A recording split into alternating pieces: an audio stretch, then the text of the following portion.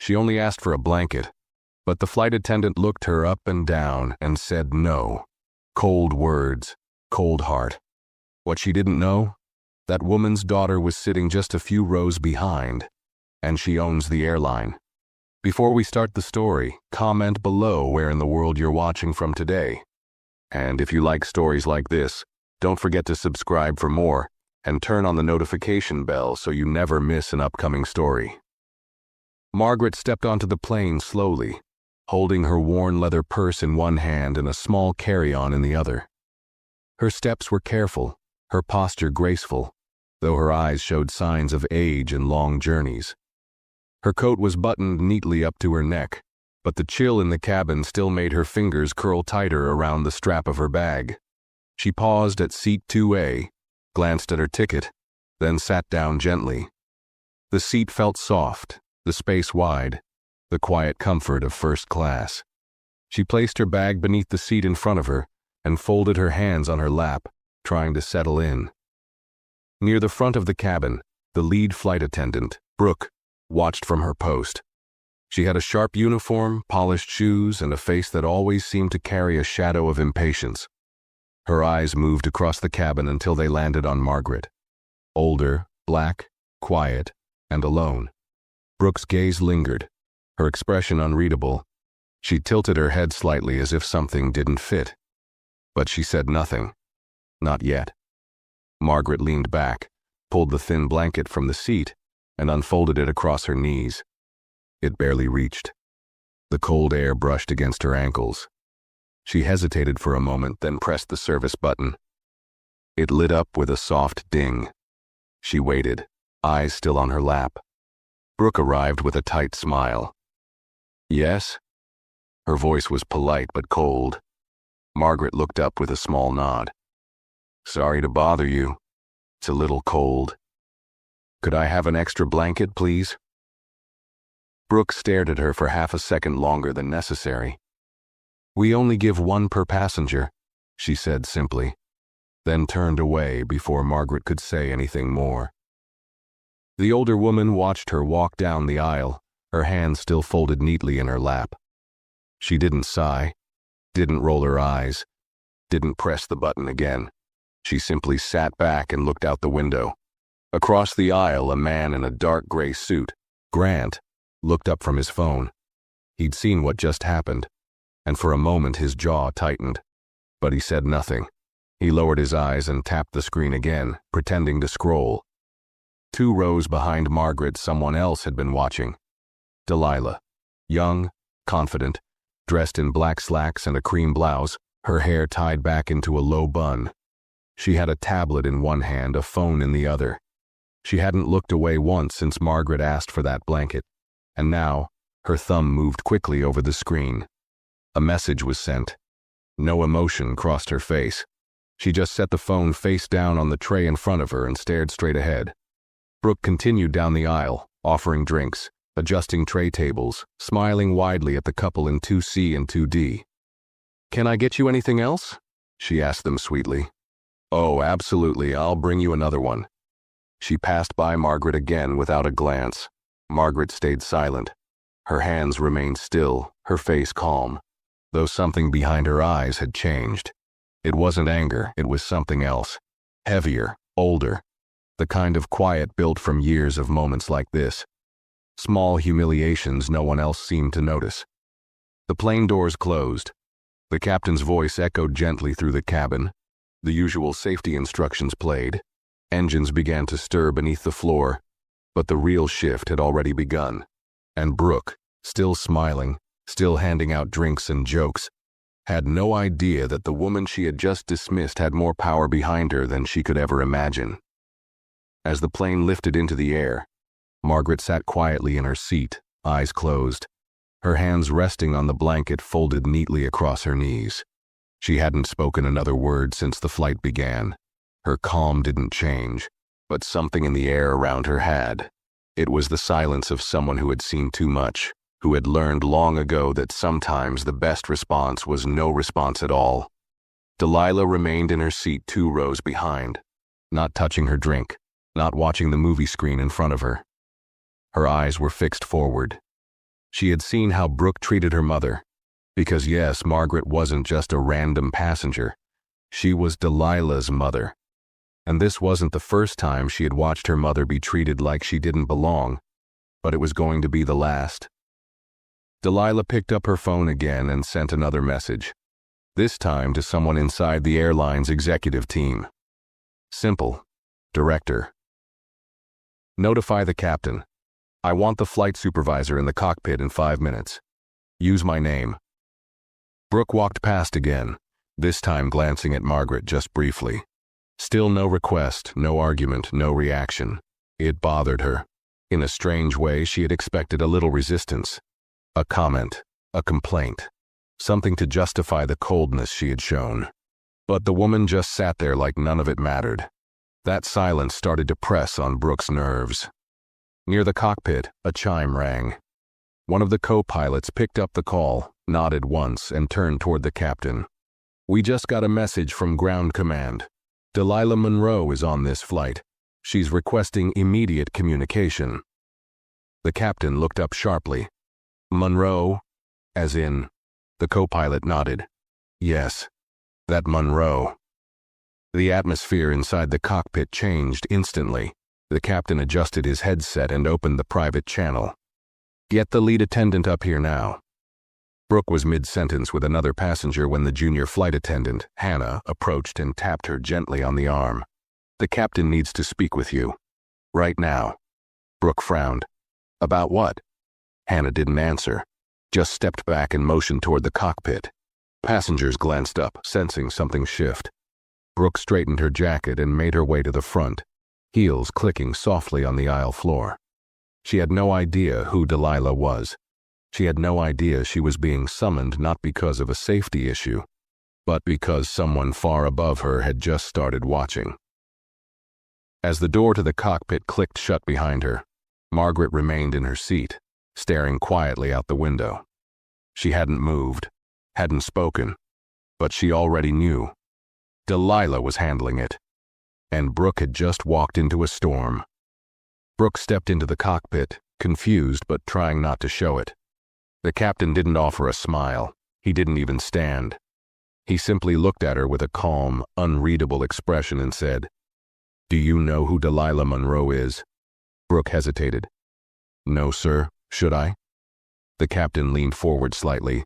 She's the CEO of this airline, and she's sitting in 4B. You just walked past her 3 times. The words hit like a slap. Brooke blinked, her throat tightening. I wasn't aware.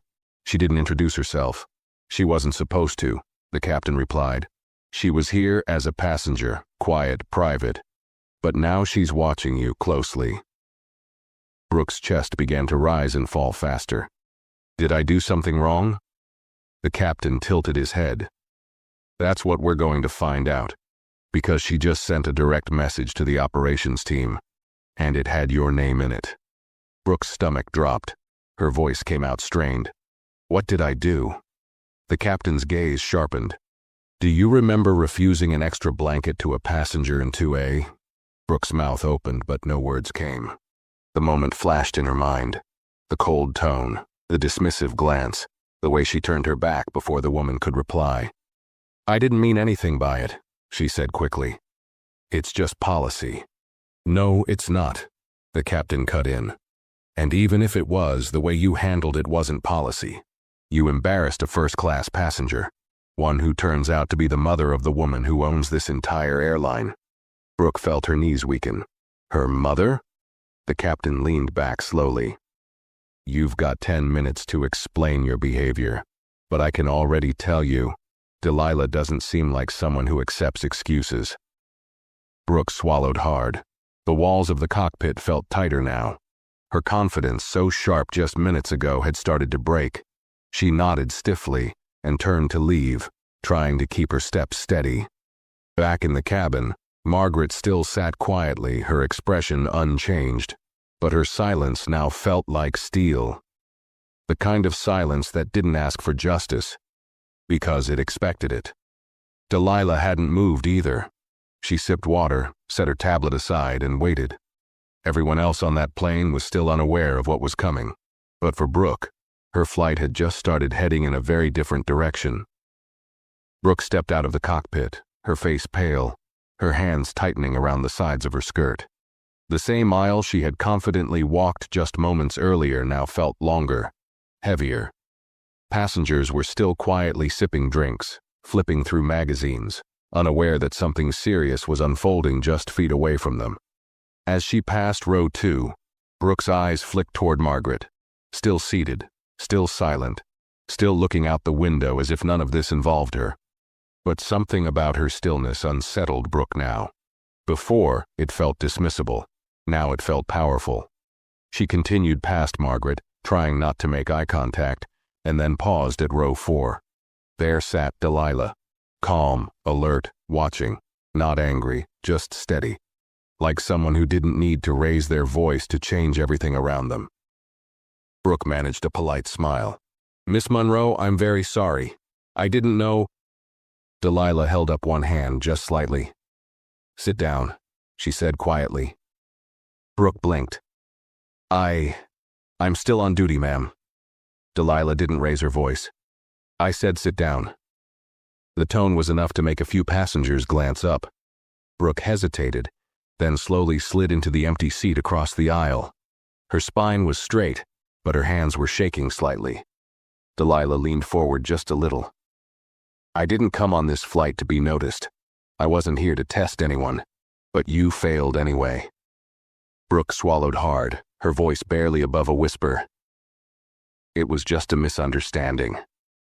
"No," Delilah said flatly. "It wasn't. It was a decision. You looked at my mother. You judged her. You decided she didn't belong." Brooke opened her mouth to speak, but Delilah didn't stop. She asked for something simple, a blanket, and instead of helping her, you chose to humiliate her in front of everyone. You walked away like she didn't matter. Delilah's voice remained calm, but there was something under it. Something cold, final. "I've spent my life watching people treat her like she's invisible. But this time you did it on my plane, under my company, wearing my uniform." Brooke's shoulders slowly sank. She could feel the walls closing in. Delilah didn't blink. "You thought no one was watching. You were wrong." Margaret hadn't moved from her seat, but she didn't need to. Everything she'd ever wanted to say was now being said for her, by the one person in the world who never let her be treated like less. Brooke sat frozen, unsure what to say, unsure if there was anything left to say, and the flight still had hours to go. Brooke stayed seated across from Delilah, her fingers twisting nervously in her lap. Her voice, usually crisp and commanding in the cabin, was gone. She wanted to explain, to defend herself, to say it had been a long day, that maybe she hadn't realized how her words came across. But none of those excuses seemed safe to speak out loud. Delilah didn't look away. Her expression didn't soften. "You know what's sad?" she said quietly. "If she had been loud, if she had raised her voice or caused a scene, you probably would have taken her more seriously. But because she stayed quiet, you felt safe dismissing her." Brooke flinched, but Delilah continued. "You didn't just break company policy. You broke the one rule we don't ever forgive. Disrespect." Brooke's mouth opened, then closed. Her breath came out shaky. "I didn't mean to—" Delilah cut her off without raising her voice. "Yes, you did. That's the part you need to admit to yourself. You saw an older black woman sitting alone in first class, and you assumed something didn't add up. You assumed she didn't belong." Brooke's throat tightened. It wasn't about race. Delilah's eyes sharpened. Then what was it about? Her age? Her clothes? The way she didn't try to impress you? Pick one. Either way, you saw her and made a decision. One that had nothing to do with her ticket or her manners or our policy.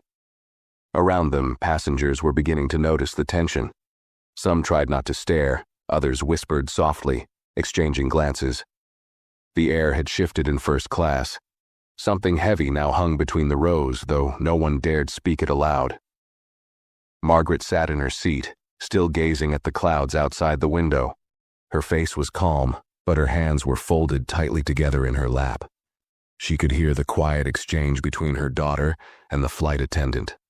And though she said nothing, she knew every word was landing exactly where it needed to.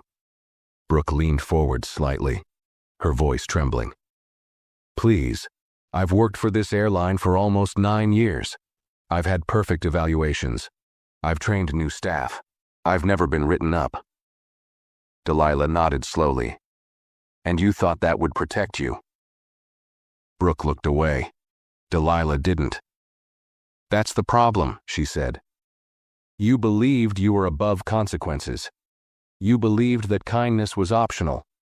That policy could be used to cover bias." Brooke's lip quivered slightly. "I can apologize to her." "You should," Delilah said, "but not because you want to fix this. Not because you're trying to keep your job. You should apologize because you were wrong. And you should know, an apology doesn't cancel consequences." Brooke looked down, her voice barely a whisper. "Are you firing me?" Delilah leaned back in her seat. "Not yet, but the flight isn't over." Then she stood and walked down the aisle, leaving Brooke sitting there, small, quiet, and for the first time in years, powerless. Passengers watched Delilah pass, unsure exactly who she was, but sensing clearly that the balance of control in the cabin had shifted. She stopped at her mother's seat, placed a hand gently on her shoulder, and spoke softly. Margaret turned, looked at her daughter, and gave her the smallest nod, a signal between them, filled with unspoken understanding, and then Delilah returned to her seat. Brooke remained still, frozen in the same place, staring ahead at nothing, as the sound of the engines hummed beneath the rising tension in the air. What she didn't know, what she hadn't realized yet, was that this was just the beginning of her fall. The cabin settled into an uncomfortable quiet. Passengers shifted in their seats, pretending to read or watch movies, but their attention kept drifting to the front of the plane. Everyone had felt it. The cold shift in the air, the heavy silence after Delilah walked away. Something serious had happened, and though no one knew the full story, they knew enough to stay silent and pay attention. Brooke remained seated across from where Delilah had been. Her shoulders were stiff, her jaw clenched. Her hands rested on her knees, but the tension in her fingers made them shake slightly. She wasn't used to sitting. She was used to moving, giving instructions, controlling the rhythm of the flight. But now, she sat like a passenger without purpose, waiting for something she couldn't control. The junior attendant, Hannah, peeked down the aisle from the galley. She looked unsure whether to approach or stay back. She had seen Brooke run that cabin with confidence and control, and now she watched her shrink into herself, nervous and still. Hannah slowly walked forward and leaned down near her. "Are you okay?" she asked softly. Brooke didn't answer right away.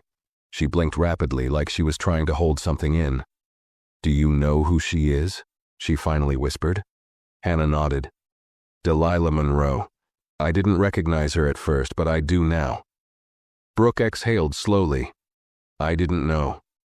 I just thought she was another passenger." "She is a passenger," Hannah said, "and so is her mother." Brooke's face tightened. "It was just a blanket. I didn't think—" "You didn't think she mattered," Hannah said, her voice quiet but sharp. Then she straightened and walked away, leaving Brooke with the sting of those words hanging in the air. Back in her seat, Delilah scrolled through her messages. A notification popped up, a report from the ground team confirming the incident had been logged. She replied with a simple instruction: "Wait until landing. I'll decide then." She didn't look angry.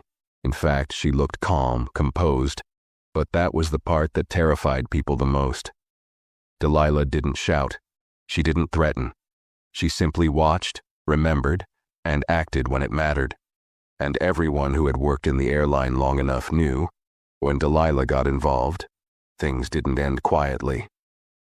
Margaret shifted slightly in her seat, pulling the blanket up to her waist again. She wasn't cold anymore. Not because the cabin had warmed, but because she could feel her daughter's presence behind her. A quiet shield. She didn't look back. She didn't need to. Across the aisle, the man in the gray suit, Grant, had stopped pretending to read. He watched Brooke from over his glasses. He had seen it all. The refusal, the way she turned her back on the older woman. And now, the result of that mistake unfolding in silence. He reached down and turned off the screen in front of him. Whatever movie he had picked wasn't going to be more interesting than what was happening right here. Brooke finally stood up, moving stiffly toward the front galley, trying to collect herself. She passed by Margaret, and for the first time their eyes met. Brooke hesitated. Her mouth opened slightly like she wanted to speak. But Margaret's gaze was steady, not angry, not hurt, but disappointed in a way that made Brooke's chest tighten. She looked away and kept walking. In the galley, she splashed cold water on her face from a bottle, trying to calm her nerves. Her hands trembled. This wasn't supposed to happen. She had been with the airline for almost a decade. She had memorized policies, trained new crew members, earned seniority. One mistake, one moment of coldness, and it was all slipping out of her hands. She looked down the aisle toward Delilah, who was now sipping water and reading from a folder in her lap. Calm, quiet, untouched by the storm she had already started. Brooke turned away, her heart pounding harder than it had in years. She had seen other crew members removed before. She had reported some herself, but this time she was the one being watched, judged, measured. And she knew. She didn't measure up. The flight wasn't halfway through.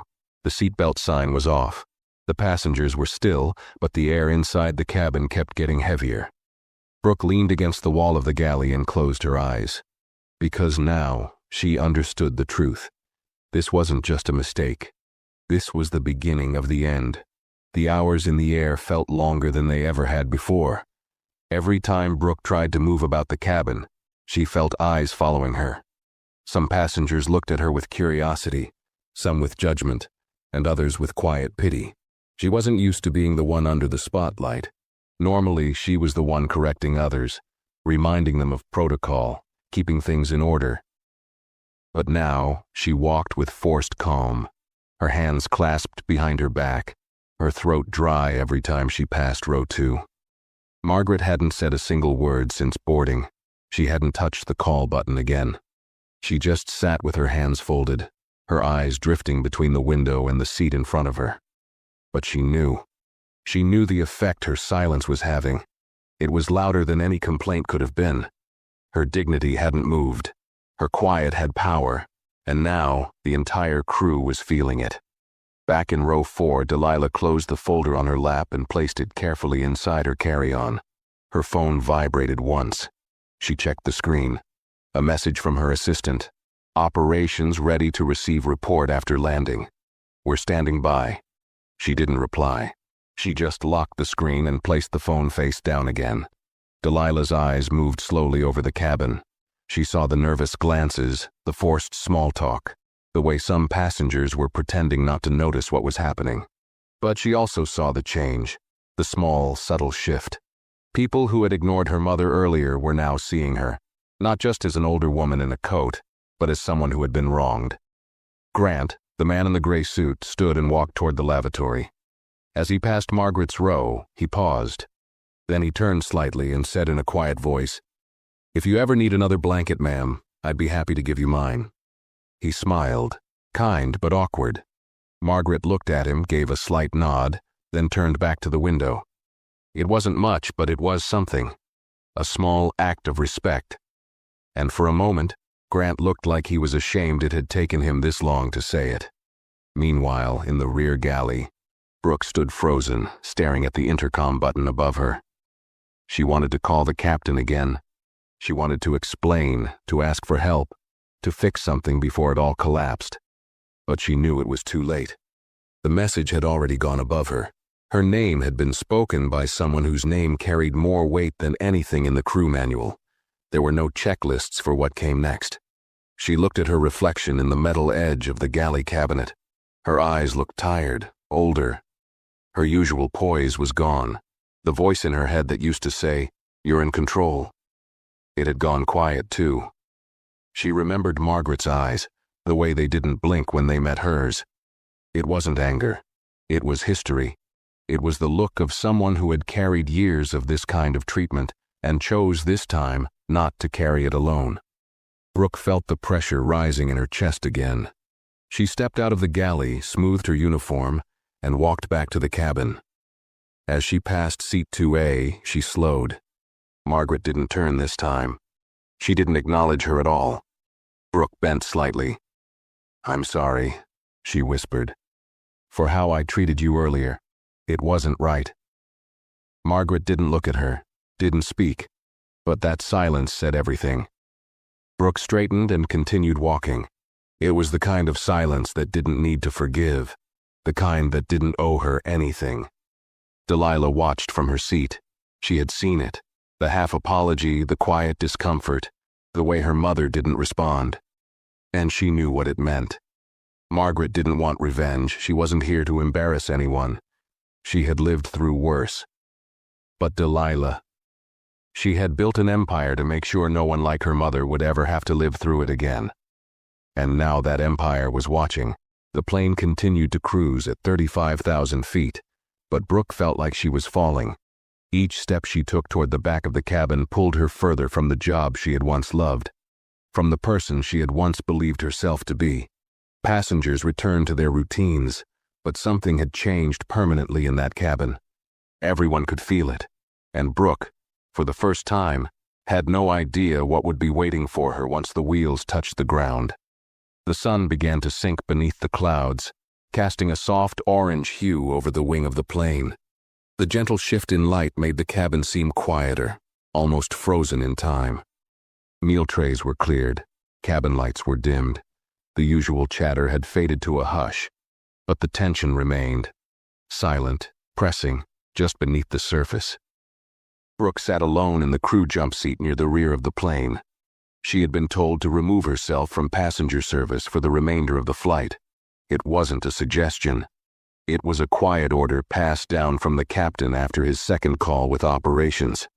Her headset had been taken, her access to announcements revoked.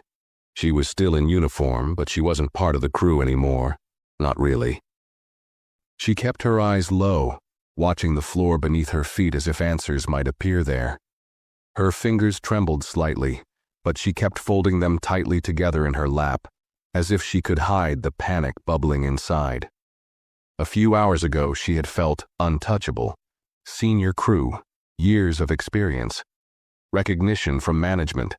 She was the one who others came to for guidance. Now, no one even looked at her. Across the cabin, Delilah remained calm. Her face was unreadable. She glanced at her mother now and then, the way Margaret sat with her chin lifted, her hands neatly clasped, not a hint of stress in her expression. Margaret hadn't said a word to her. She didn't need to. Delilah had seen everything she needed to in that short interaction with Brooke, and Margaret's silence carried more weight than any speech could have. Margaret wasn't a fragile woman. She had raised children during times when people like her were told they didn't belong in rooms they had earned. She had worked long hours, taken long buses, been talked down to, overlooked, and ignored. But she had never bowed her head. Not then. Not now. Delilah checked her phone again. Another update from her assistant. HR has flagged the incident. Legal is preparing an internal report. Want us to loop in media relations? She didn't respond. Not yet. She had already made her decision. But she wasn't going to speak it through a screen. The captain's voice came over the intercom. Ladies and gentlemen, we'll be beginning our descent shortly. Please fasten your seatbelts and ensure your tray tables are up. A few passengers stirred, stretching, adjusting their seats, the usual signs of a flight nearing its end. But for Brooke, that announcement wasn't routine. It was a warning. In the back of the plane, she could feel the shift. Something final was coming. She had been through landings hundreds of times, but this one felt different. Her career, her reputation, everything she had built. It was hanging in the balance. And she had no control anymore. Hannah walked past her without stopping. No eye contact, no conversation, just quiet distance. Brooke had once trained her, taught her how to handle difficult passengers, corrected her uniform when it was wrinkled. But now, Hannah moved like Brooke didn't exist, and maybe she didn't. not in the eyes of the company anymore. Back in row 2, Margaret calmly buckled her seatbelt. She smoothed the edge of her coat and took a deep breath, her face still serene. She had always handled people like Brooke with grace, never giving them the satisfaction of seeing her hurt. But this time, something was different. This time, her daughter had power. Delilah leaned forward, fastening her own seatbelt, then glanced at the forward galley. 2 uniformed ground staff had just stepped into the cabin from the jet bridge, visible through the tiny window in the locked door. They weren't there for routine work. She knew why they had come. She looked toward the rear of the plane where Brooke sat, unaware of who was waiting beyond that door. Still staring at the floor, still hoping that maybe, just maybe, she could talk her way out of it. But Delilah knew better. This wasn't about revenge, it was about accountability. And the moment the wheels hit the ground, everything Brooke thought she still had would be taken from her, just like she tried to take someone's dignity without saying a single cruel word. The plane dipped lower. The cabin rumbled softly. And Brooke closed her eyes, not from exhaustion, but because she knew something was coming. Something she couldn't stop. The landing gear lowered with a low mechanical hum, and the cabin filled with that familiar soft vibration as the aircraft began its final descent. But for Brooke, each shift of the engine felt like a countdown. The sound that once signaled routine was now the drumbeat to the end of something she couldn't get back. She sat frozen in her jump seat, belt fastened tight, hands clenched in her lap. Her gaze stayed fixed on the bulkhead wall in front of her, but her thoughts were spinning so fast she couldn't hold on to any one of them. Her mouth was dry. Her chest felt tight. She had run through a dozen versions of what she would say once the plane landed, but none of them seemed strong enough to change what was already in motion. The captain's voice came back, calm and professional. "Welcome, everyone, to our destination. Local time is 6:42 p.m. For your safety, please remain seated until the seatbelt sign has been turned off. On behalf of our crew, thank you for flying with us." The plane touched down with a soft jolt. Passengers gave the usual half-hearted claps. A few stretched, some pulled out their phones. But unlike most flights, no one stood up right away. There was something in the air, thick, still, charged. In first class, Margaret remained perfectly still, hands folded over her purse, gaze straight ahead. She wasn't rushing to deplane. She wasn't even looking at her daughter. She just sat, proud and silent, as if she already knew what would happen next.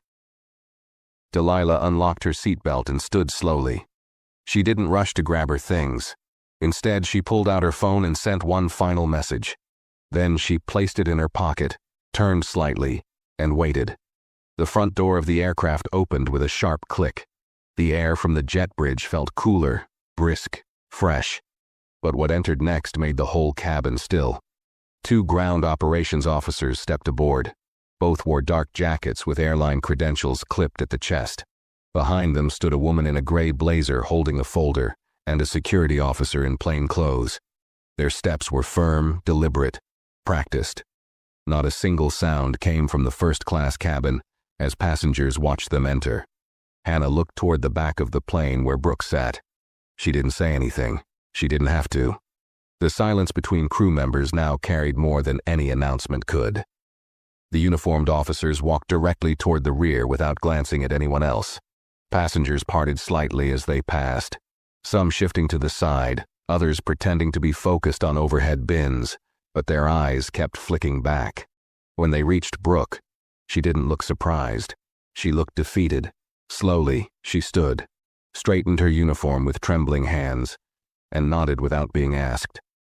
The woman in the blazer spoke first, her voice low but firm. "Miss Carter, you're being escorted to the operations office for review of an incident that occurred during this flight. Please bring your personal belongings." Brooke swallowed, her voice caught. "Can I speak with someone first?" The woman shook her head. "That time has passed." Brooke reached up, pulled her suitcase from the crew storage, and turned. She walked the length of the cabin slowly, aware of every eye that followed her. No one whispered now. No one offered her a kind smile. There was no pretending anymore. Her removal was happening in full view. As she passed Margaret's row, she hesitated. Her eyes landed on the older woman for just a second. She opened her mouth, maybe to apologize again, maybe to explain. But Margaret didn't even glance at her. She continued staring ahead, hands still folded, face still calm. That silence once again cut sharper than anything Brooke had ever felt. Brooke turned her head and kept walking. The weight of the moment crushed down on her shoulders with every step. Delilah stood near the front, arms folded. She didn't smirk, she didn't gloat. She simply nodded at the woman leading the escort, then stepped aside. Brooke paused just for a second, facing Delilah now, the woman whose name she hadn't known, whose face she had passed without notice. Now, she would never forget it. "I didn't know," Brooke whispered. Delilah looked at her without blinking. "That's the problem." Brooke felt her throat tighten. Her hands trembled as she followed the officers down the jet bridge, her steps heavy and slow. The door closed behind them. The remaining passengers exhaled, some quietly murmuring. The tension hadn't left, but now it had somewhere to go. Margaret finally turned toward her daughter and gave her a quiet look. Not proud, not relieved, just understood. Delilah gave a slight nod and sat back down. Outside the plane, Brooke walked the long hallway toward a private terminal door. No passengers followed. No crew walked beside her. It was just her, and the silence she had created for herself. She could still feel the plane behind her, the quiet judgment of people she didn't know, the silence of the one woman she couldn't forget. And she knew, even without hearing it said, that her life was about to change forever. Not because someone powerful wanted revenge, but because someone quiet had finally been seen. The hallway outside the plane felt longer than it had ever been. Brooke walked slowly between the two ground security officers, the soft scuff of her shoes the only sound echoing off the sterile white walls. She didn't ask questions. She didn't try to explain. The words had dried up somewhere between the cabin and the gate, along with the last shreds of pride she was still holding onto. She thought of her last few flights, all the time she had taken command of difficult situations, solved passenger disputes, kept the crew in line, enforced the rules. She had always been the one in charge, the one who knew what to say. But now she was walking like a trainee who had failed her first test. And she hadn't failed because she didn't know the rules. She had failed because she thought she was above them. They reached a side corridor near the operations office, a quiet area away from the usual airport noise. A sign overhead read, "Crew access only." It wasn't a place passengers ever saw.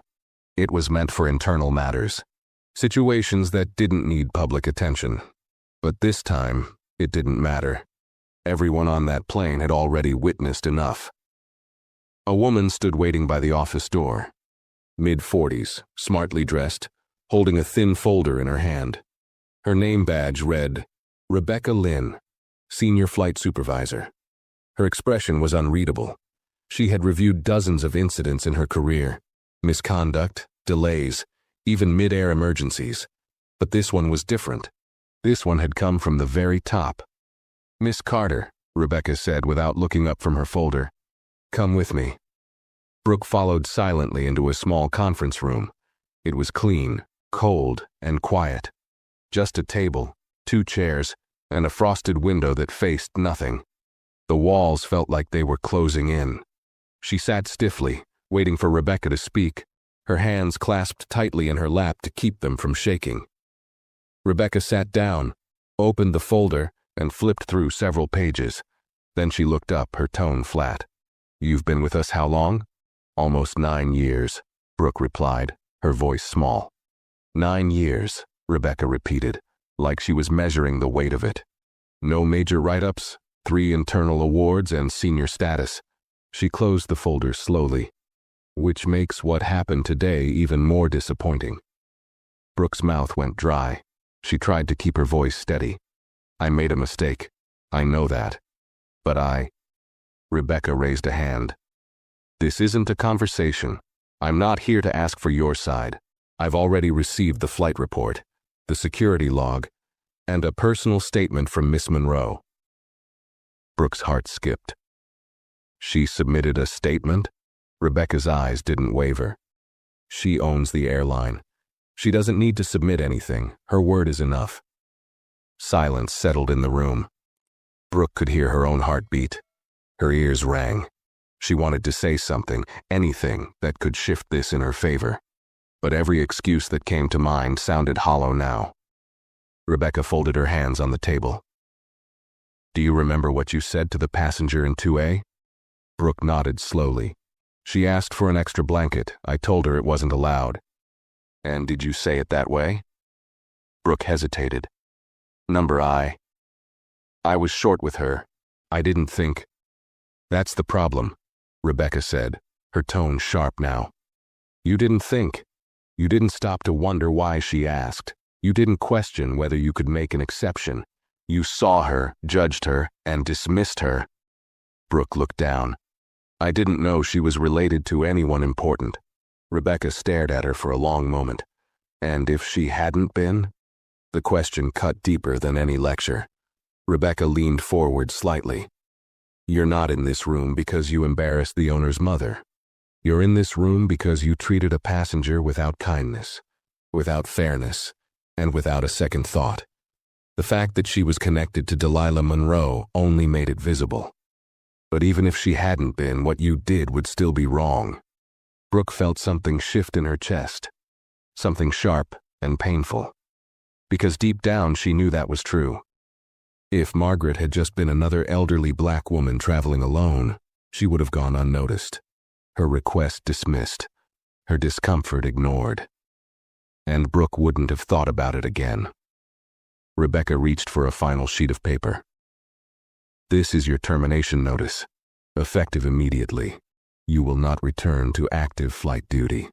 Your name is being added to the conduct watch list, and a permanent record of this incident will be shared with partner airlines. Brooke's lips parted slightly. So I'm done? Rebecca's answer was simple. Yes. The final word felt like the closing of a door, not just on her job, but on everything she had built over nearly a decade. She had climbed the ranks, earned trust, led teams, and in one careless moment she had thrown it all away. She reached for the pen and signed the form with a shaking hand. Rebecca took it back without another word. You'll be escorted to collect your belongings, she said, and then to the exit. Brooke nodded, eyes burning. Rebecca stood, opened the door, and motioned for the officers. Brooke followed them out, her head lowered, her hands limp at her sides. She passed familiar halls, familiar faces, some looking at her, some looking away. All of them knew. Her badge would be deactivated before she even left the building. Her name would be wiped from the internal roster, and every airline that mattered would already have her flagged. Not because she made a loud mistake, but because she made a quiet one that reflected something worse. That deep, silent belief that some people mattered less than others. And now she was no longer one of the people who mattered at all. The echo of Brooke's footsteps filled the staff hallway as she followed the two security officers toward the crew locker room. She had walked this path hundreds of times before, passing through these doors at the start of every shift. Badge swinging at her hip, uniform pressed to perfection, head held high. This time, her head was bowed, her arms hung heavy by her sides, and her footsteps dragged slightly, like each step took more effort than the last. She passed a group of junior crew members near the vending machines. They looked up when they saw her, their laughter fading into silence. One of them, a woman Brooke had once mentored during her first month on the job, gave a nervous nod of recognition. Brooke didn't return it. She couldn't. The shame in her chest pressed too hard against her ribs. Inside the locker room, her name was still on a small magnetic strip above her assigned unit. She opened it slowly, as if by moving gently, she could delay what was happening. Her extra uniform, flight log, crew guide, and the silver badge she had worn for nearly a decade all sat waiting, untouched. She reached in and picked up the badge. For a moment she just stared at it in her hand, the weight of it, the years it had represented, the authority it once gave her. She remembered the pride she'd felt the day she was promoted to senior flight attendant, the quiet celebration at the end of her shift, the email from her supervisor praising her calm in emergencies. She had built herself into someone important, someone respected, and now, in less than a day, it had all been erased. There were no tears. Not yet. Only silence. She took the badge off her uniform, placed it inside a small return envelope provided by the admin staff, and sealed it. Then she folded her extra uniform carefully and laid it on the bench, as if trying to hold onto a small piece of dignity. But no matter how neat her folding, no matter how controlled her expression, nothing could cover the truth. She wasn't leaving on her terms. One of the officers stood near the exit, giving her space but not leaving her sight. This wasn't about suspicion. It was about process. And everyone was watching closely to make sure it was followed exactly. Brooke zipped her personal bag and took one last look at her locker before shutting it slowly. The sound of the door clicking shut felt final, like a chapter being closed with no hope of returning to the previous page. She stepped back into the hallway, and the officers flanked her again. No one spoke. They led her through a service corridor toward a side entrance used for crew exits. No farewell, no debriefing, no thank you for your years of service. Just cold fluorescent lights and the hollow echo of her footsteps. As they neared the exit, a tall window offered a view of the main terminal. She could see passengers walking freely, laughing, arguing over baggage, waiting for their rides. Among them were people she had once looked down on. She had thought she stood above the crowd, part of the polished crew who moved through secure doors and private lounges. But now she was just another person walking out with no job, no clearance, and no way back. And then she saw them. Delilah and Margaret stood near the VIP pickup lane, a black sedan already waiting with the rear door open. Delilah was helping her mother into the car, her movements calm and respectful. Margaret didn't glance toward the terminal. She didn't need to. Her message had already been delivered. Delilah closed the door gently and turned toward the glass, not expecting to see Brooke, but seeing her nonetheless. Their eyes met across the distance. For a second, no one moved. Brooke didn't wave. She didn't mouth an apology. She simply stood there, bag slung over one shoulder, eyes heavy with regret. Delilah held her gaze, then gave the faintest nod, not of forgiveness, but of finality. Then she turned, stepped into the car, and pulled the door shut behind her. The sedan rolled forward, smooth and quiet, leaving Brooke standing alone behind the glass. She walked through the final door of the airport, not the exit reserved for passengers, but a side gate marked staff only, authorized personnel beyond this point. She didn't belong beyond that point anymore. The door shut behind her with a mechanical click. Outside, the city lights had begun to shimmer. The sky was dark, the wind light, the streets alive with people heading home from work. But Brooke had nowhere to go. She stood near the curb, blinking against the cool breeze, unsure whether to call a ride or keep walking. She reached into her coat pocket, pulled out her phone, and opened her contacts list. Dozens of familiar names stared back at her. Co-workers, supervisors, training leads, crew coordinators. All people she had worked with, dined with, laughed with. She tapped on a few, sent short messages. "Can we talk? I need to explain. This isn't what it looks like." One by one they were read, and not a single one replied. She tried calling, straight to voicemail. Then she tried one final number. A friend from another airline, someone she had once spoken to proudly about switching careers, climbing the ladder. The voice on the other end answered, quiet and distant. "I'm sorry. I heard what happened. I don't think I can get involved." Click. Brooke stared at the screen. Her fingers hovered for a second, then dropped to her side. Her phone screen dimmed, then turned black. She stood alone on the edge of a world she used to command. Not because of an accident. Not because someone set her up, because she thought a woman like Margaret didn't belong. And now, it was Brooke who didn't belong. In the uniform, in the company, in the sky. Her power was gone. Her name erased, her legacy rewritten by a single moment of coldness. Brooke stood outside the airport doors, motionless as crowds buzzed past her. Families reunited with hugs, business travelers checking their watches, taxi drivers holding signs with names. Everything was moving. Everything except her. For a moment, she didn't even feel the cold. Her mind had disconnected from her body, like she was watching herself from the outside, watching the woman who had once strode through airports with authority, now standing in the wind with nowhere to go, nowhere to report, no one to call. She clutched the strap of her bag tighter, more for balance than comfort. Her knees felt weak, but she wouldn't sit down. Not here, not like this. She stepped off to the side near the edge of the curb, away from the arrivals lane. The airport she had called home for nearly a decade stood behind her, glowing under fluorescent lights. But it didn't feel familiar anymore. It felt foreign, unwelcoming. She wasn't part of it now. She was just another person standing outside the glass. Her phone buzzed again, a notification from the internal employee app. She opened it instinctively. A red bar flashed across the screen. Access denied. Your profile has been deactivated. Contact HR for questions. Brooke stared at it for a long time, then closed the app and turned off the phone completely. It was useless now.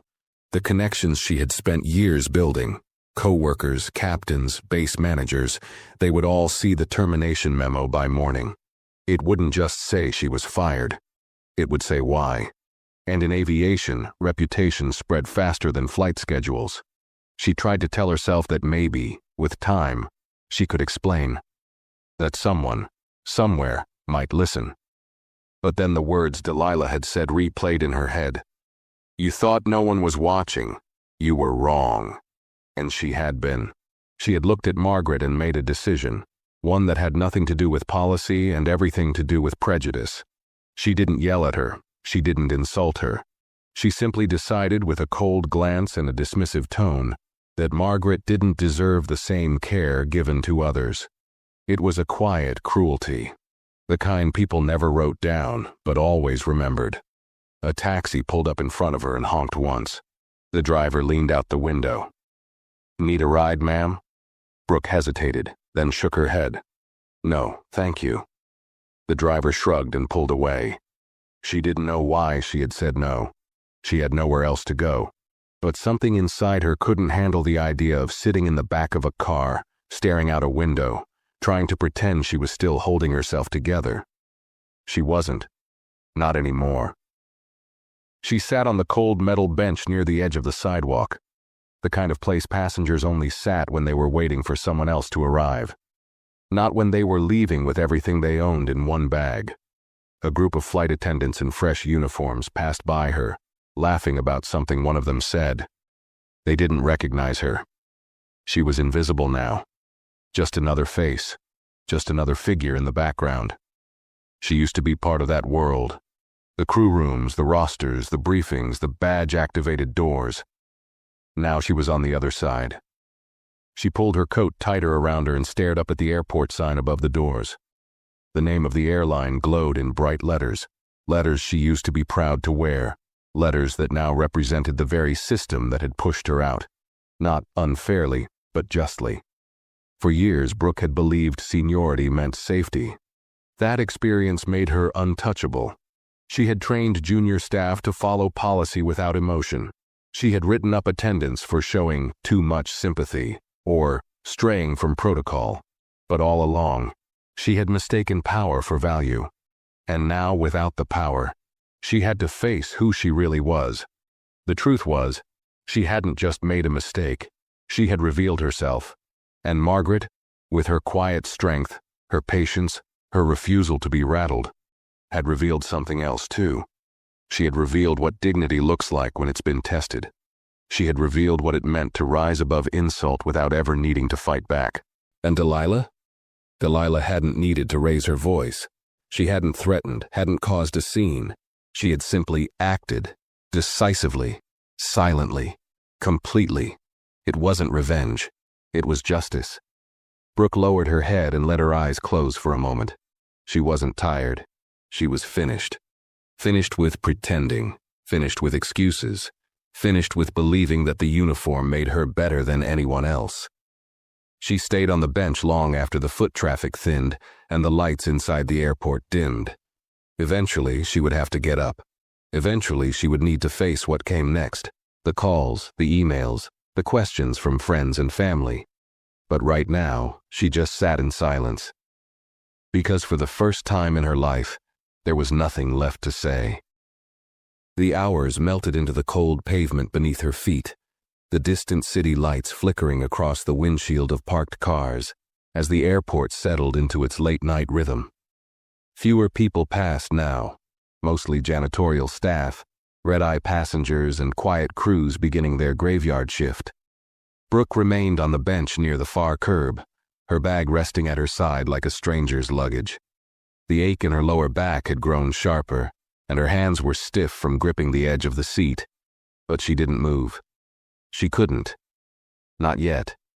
Every part of her body screamed that she should go home, find warmth, call someone. But the truth was harsher than the wind cutting against her coat. She didn't know where home was anymore. Not in the emotional sense.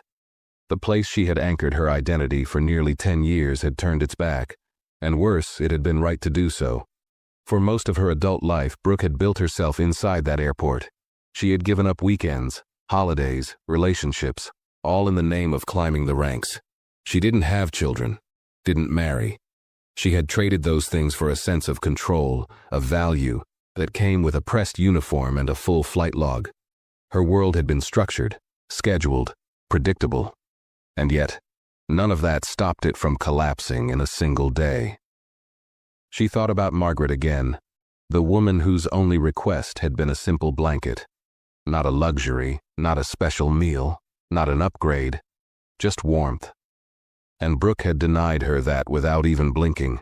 She hadn't yelled, hadn't used slurs, hadn't made a scene.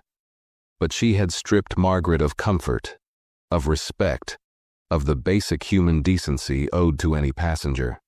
Because Margaret hadn't fit the picture Brooke had in her mind of who belonged in first class. And that was the hardest part to accept. It wasn't a mistake. It was a choice. She hadn't recognized the quiet pain in Margaret's eyes, hadn't noticed the years behind her posture, the grace in her silence.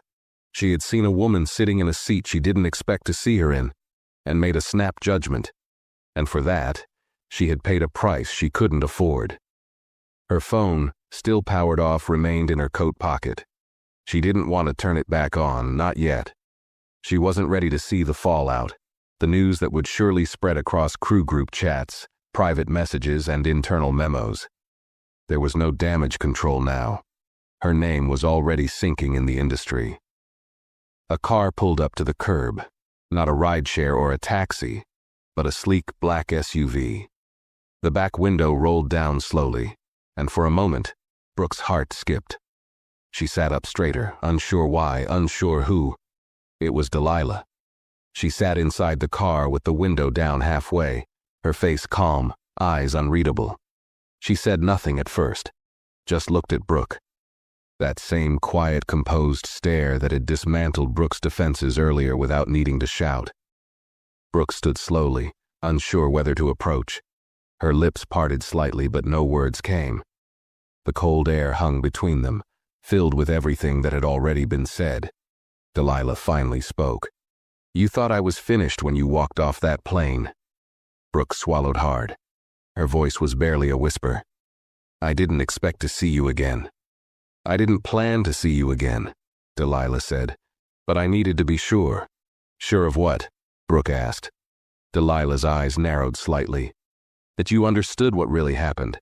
That you don't just feel punished, but that you understand why." Brooke looked down. "I do."